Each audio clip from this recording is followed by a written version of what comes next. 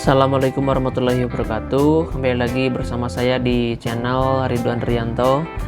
Sahabat semua, di episode yang ke-23 ini saya ingin membahas mengenai pertanyaan yang biasanya diajukan oleh sahabat semua, yaitu mengenai lokasi tanaman cabai Carnation Reaper itu akan tumbuh lebih bagus mana jika ditanam di dataran rendah atau dataran tinggi. Karena biasanya customer itu ada yang bertanya, "Kak, saya tinggal di Kalimantan, saya tinggal di Sulawesi, saya tinggal di Papua." Misalkan di Kalimantan yang notabene itu panas, apakah cabai Carnation Reaper itu sanggup hidup di cuaca yang panas? Apakah cabai Carnation Reaper itu sanggup hidup di cuaca yang dingin seperti misalkan di Banjarnegara ataupun Dieng dan lain sebagainya.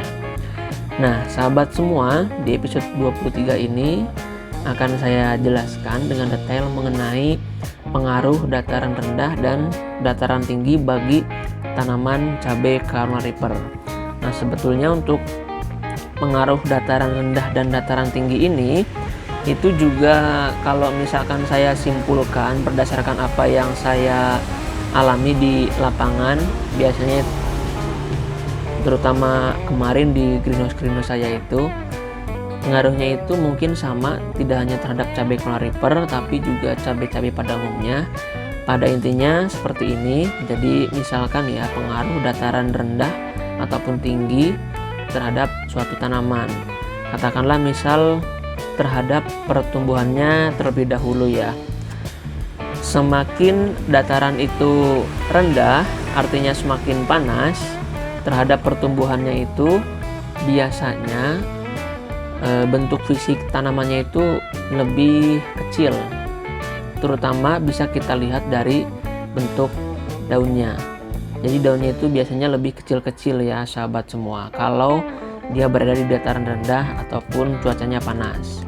Nah, begitupun sebaliknya kalau misalkan dia berada di dataran tinggi, itu biasanya daunnya lebih besar-besar. Kemudian tanamannya juga lebih besar dan lebih vigor ya sahabat semua, dan akan lebih cepat pertumbuhannya dibandingkan dengan tanaman-tanaman yang di dataran rendah ataupun bercuaca panas. Nah, itu pengaruh yang pertama terhadap pertumbuhan dari tanaman cabai kitanya ya, tanaman cabai Carnation Reaper itu sendiri.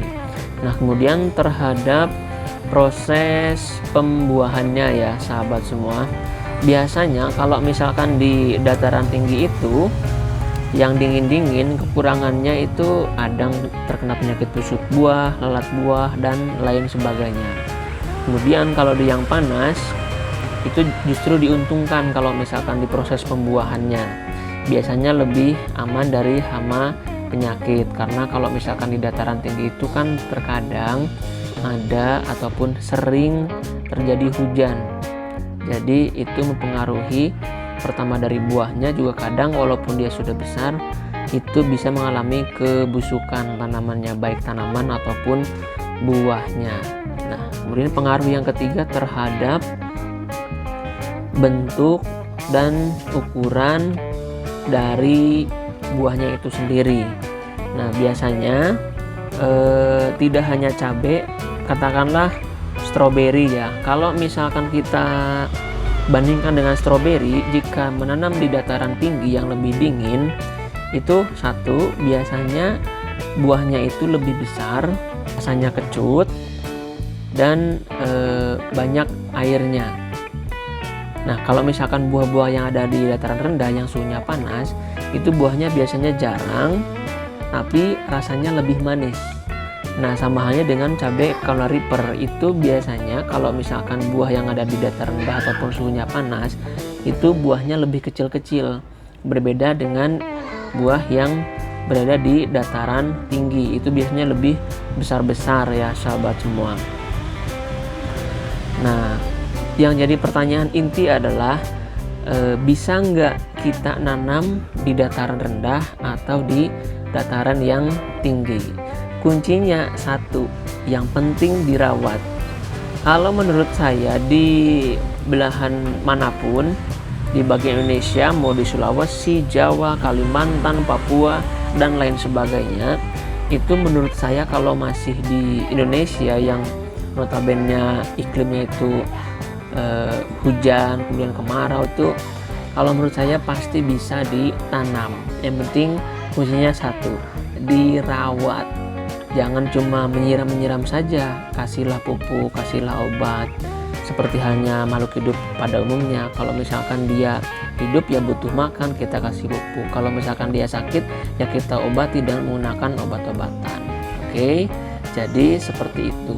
Intinya mau dimanapun lokasi sahabat semua, asalkan tanamannya dirawat itu pasti bisa tumbuh. Oke, baiklah.